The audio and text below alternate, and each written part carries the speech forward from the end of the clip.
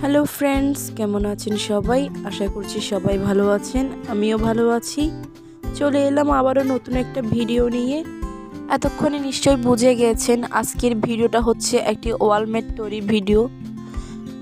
তো এই ওয়ালমেটটার ফুলগুলো আমি সম্পূর্ণ শপিং ব্যাগ দিয়ে করছি। আর সবুজ পাতা যেগুলো দেখতেছেন ওইগুলো কিন্তু আমার হাতে তৈরি নয়, ওইগুলো আমি প্রতি দোকান থেকে কিনছিলাম। তো চলুন কথা না বাড়িয়ে ভিডিওটা শুরু করা যাক। আর দেখুন আমি এখানে একটা লাল শপিং ব্যাগ নিয়েছি। এখন শপিং ব্যাগটার যে জোড়ালো অংশগুলো রয়েছে ওইগুলো আমি কেটে ফেলে দেব। তার আগে বলে রাখি, যারা এখনও পর্যন্ত লাইক দেন নাই প্লিজ একটা লাইক দিয়ে দেন। আর আমার ভিডিওটা যদি ভালো লাগে তাহলে সম্পূর্ণ দেখার পর আমার চ্যানেলটা সাবস্ক্রাইব করে আমার পাশে থেকে যাইয়েন।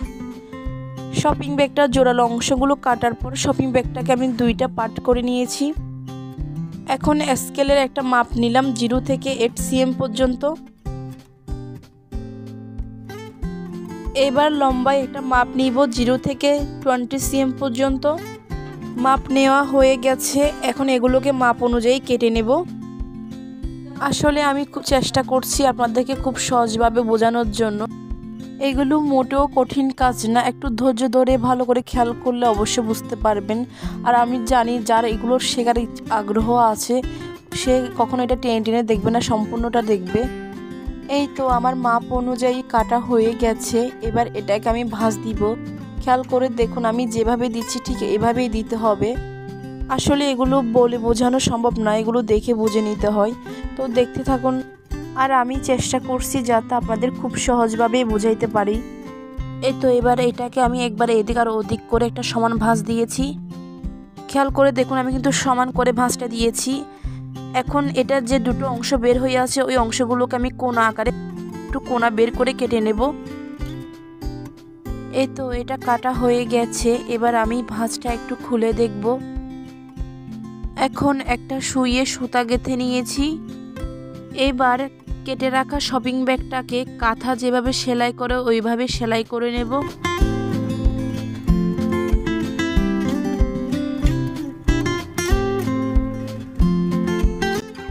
তো দেখুন এটাকে আমি কাঁথার মতো সেলাই করে নিয়েছি। এখন যে গিটটা দেখতেছেন শপিং ব্যাগটাকে আমি ওই গিটের ওখানে নিয়ে যাব। তার জন্য সুতোটাকে একটু টেনে শপিং ব্যাগটাকে নিচের দিকে একটু চাপ দিয়ে আমি গিটের ওখানে নিয়ে যাচ্ছি। তো দেখুন নিশ্চয়ই দেখে বুঝতে পারবেন, আশা করি বুঝতে পারছেন আমি এটাকে কিভাবে আনছি। দেখুন এখনই কিন্তু এটা একটা ফুলের আকার নিয়েছে। এবার আমি যে রকম করতেছি ঠিক ওই রকম করে একটা ফুল তৈরি করে নিতে হবে। তো খেয়াল করে দেখুন।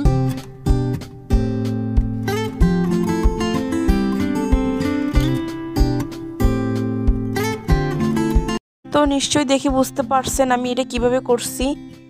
দেখুন এটা একটা ফুল হয়ে গেল। আর ফুলটা দেখতে কিন্তু আমার কাছে অনেক ভালোই লাগছিল। আপনাদের কাছে কেমন লাগছে আমাকে জানাবেন। ফুলটাকে আরও সুন্দর করে ফুটিয়ে তোলার জন্য আমি এখানে একটা পুঁথি দিব।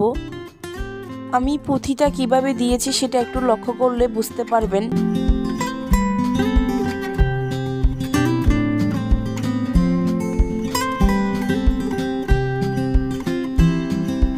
পুঁথি দেওয়া হয়ে গেছে আর আমার ফুলটা তৈরি করা হয়ে গেছে। এখন আমি সুইটাকে পিছনের দিকে নিয়ে গিয়ে সুতার একটা লক দিয়ে দিচ্ছি যাতে এটা খুলে না যায়।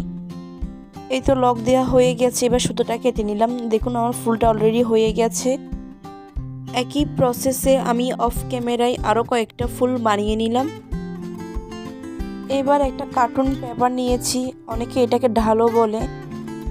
আর দেখুন একটা বোল নিয়েছি। আমি এই কার্টুন পেপারটাকে এই বোলটার মাপ অনুযায়ী কেটে নেব।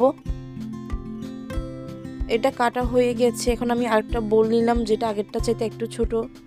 এবার এটার মাপ অনুযায়ী কেটে নেব।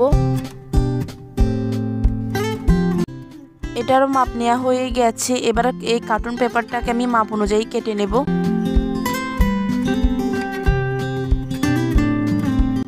দেখুন আমি মাপ অনুযায়ী কেটে নিয়েছি। এবার আমার বানানো ফুলগুলোকে নিয়ে নিলাম। এখন একটা গ্লু গানের সাহায্যে আমি ফুলগুলোকে লাগিয়ে দিব।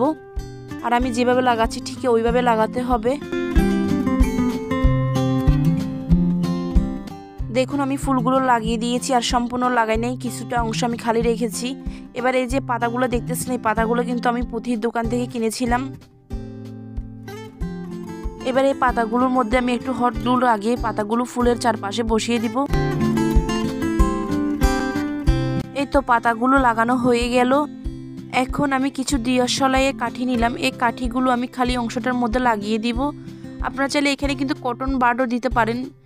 দিয়াশলাইয়ের কাঠিগুলো সম্পূর্ণ লাগানো হয়ে গেছে। এবার একটা ফিতা নিলাম, ফিতাটা আমি ওয়ালম্যাটটার পিছনে লাগিয়ে দিলাম। আমার ওয়ালম্যাটটা মোটামুটি রেডি, কিন্তু আমার একটু মনে হলো যে সামনের দিক দিয়ে একটু খালি খালি দেখাচ্ছে, তার জন্য আরও কয়েকটা পাতা লাগিয়ে দিচ্ছি। তো ফ্রেন্ডস, আমার ওয়ালম্যাটটা সম্পূর্ণ রেডি। দেখুন এটা দেখতে কেমন হয়েছে আমাকে অবশ্যই কমেন্ট করে জানাবেন। এবার এটার পিছনে একটা স্টোরি রয়েছে, ওই স্টোরিটা একটু আপনাদের শেয়ার করি। আসলে এই ওয়ালম্যাটটা আমি অনেক আগেই বানিয়েছিলাম, কিন্তু আমার কেন জানি মনে হয়েছিল এটা দেখতে ভালো হয় নাই, তার জন্য এতদিন আমি এটা আপলোড দিই নাই। তো এখন অনেকে হয়তো জানেন আমাদের বাড়িতে কাজ চলতেছে, তার জন্য আমি ভিডিও মেক করার টাইমই পাচ্ছি না। তো তার জন্য ভিডিও রেগুলার আপলোড করতে পারতেছি না।